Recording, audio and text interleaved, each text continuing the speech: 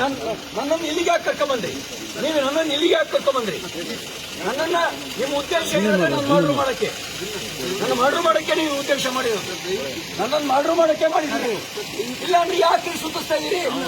11 ಗಂಟೆಯಿಂದ ನೀವು ಖಾನಾಪುರದಿಂದ ಎಲ್ಲ ಸುತ್ಕೊಂಡ್ ಬಂದ್ರಿ. ನೀವು ಯಾಕೆ ಸುತ್ತಿಸ್ತಾ ಇದೀರಿ ನನ್ನನ್ನ? ನನಗೆ ಇಂಜುರಿ ಆದ್ಮೇಲೆ 3 ಗಂಟೆ ಮೇಲೆ ನೀವು ಸುಮಾರು 8 ಗಂಟೆಗೆ ನಮ್ಮನ್ನು ಖಾನಾಪುರ ಪೊಲೀಸ್ ಠಾಣೆಗೆ ಕರ್ಕೊಂಡು ಬಂದಿದ್ದಾರೆ. ನನ್ನ ಮೇಲೆ ಯಾವ ಮೊಕದ್ದಮೆ ದಾಖಲಾಗಿದೆ ಅಂತ ನನಗೆ ಹೇಳಿಲ್ಲ. ನಾನು ಕೊಟ್ಟ ದೂರನ್ನು ಗಂಟೆಗಟ್ಟಲೆಯಿಂದ ಸ್ವೀಕಾರ ಮಾಡ್ದಲೇ ನಾನು 0 FIR ಹಾಕಿ ಅಂತ ಹೇಳ್ತಾ ಇದ್ದೀನಿ. ನಾನು ಕೊಟ್ಟ ದೂರನ್ನು ದಾಖಲಿಸ್ತಾ ಇಲ್ಲ.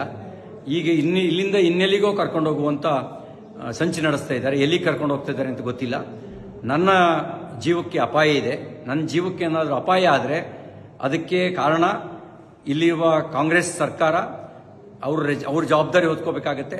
ನನ್ನ ವಿರುದ್ಧ ಸುಳ್ಳು ಸುದ್ದಿ ಹಬ್ಬಿಸಿ ಸುಳ್ಳು ಕಂಪ್ಲೇಂಟ್ ಕೊಟ್ಟು ನನ್ನನ್ನು ಕೊಲೆ ಮಾಡ್ತಕ್ಕಂಥ ಸಂಚು ನಡೆಸಿದ್ದಾರೆ.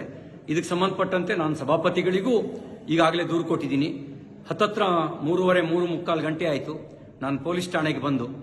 ಏನು ದೂರಿದೆ ಅಂತಲೂ ಹೇಳಿಲ್ಲ, ನಮಗೆ ಏನು ಬೇಕು ಅಂತಲೂ ಕೇಳಿಲ್ಲ. ಹೀನಾಯವಾಗಿ ನಡೆಸ್ಕೊಳ್ಳೋ ಕೆಲಸ ಮಾಡ್ತಾ ಇದ್ದಾರೆ. ಮತ್ತು ಇಲ್ಲಿಂದ ಎಲ್ಲಿಗೆ ಕರ್ಕೊಂಡು ಹೋಗ್ತಾರೆ ಅನ್ನೋದು ಕೂಡ ನನಗೆ ಸ್ಪಷ್ಟತೆ ಇಲ್ಲ. ನನ್ನ ಜೀವಕ್ಕೆ ಏನಾದ್ರು ತೊಂದರೆ ಆದರೆ ಅದಕ್ಕೆ ಪೊಲೀಸರು ಮತ್ತು ಇಲ್ಲಿಯ ಸರ್ಕಾರ, ವಿಶೇಷವಾಗಿ ಲಕ್ಷ್ಮೀ ಹೆಬ್ಬಾಳ್ಕರ್, DK ಶಿವಕುಮಾರ್ ಅವ್ರ ತಂಡವೇ ಇದಕ್ಕೆ ಕಾರಣ ಆಗುತ್ತೆ ಅನ್ನೋದನ್ನ ಈ ಮೂಲಕ ನಾನು ತಿಳಿಸೋದಕ್ಕೆ ಬಯಸ್ತಾ ಇದ್ದೀನಿ. ಎಲ್ಲವೂ ನಿಗೂಢವಾಗಿದೆ. ಯಾವುದೋ ಕ್ರಿಮಿನಲ್ಗಳನ್ನು ನಡೆಸ್ಕೊಳ್ಳೋ ರೀತಿಯಲ್ಲಿ ನಡೆಸ್ಕೊಳ್ತಾ ಇದ್ದಾರೆ.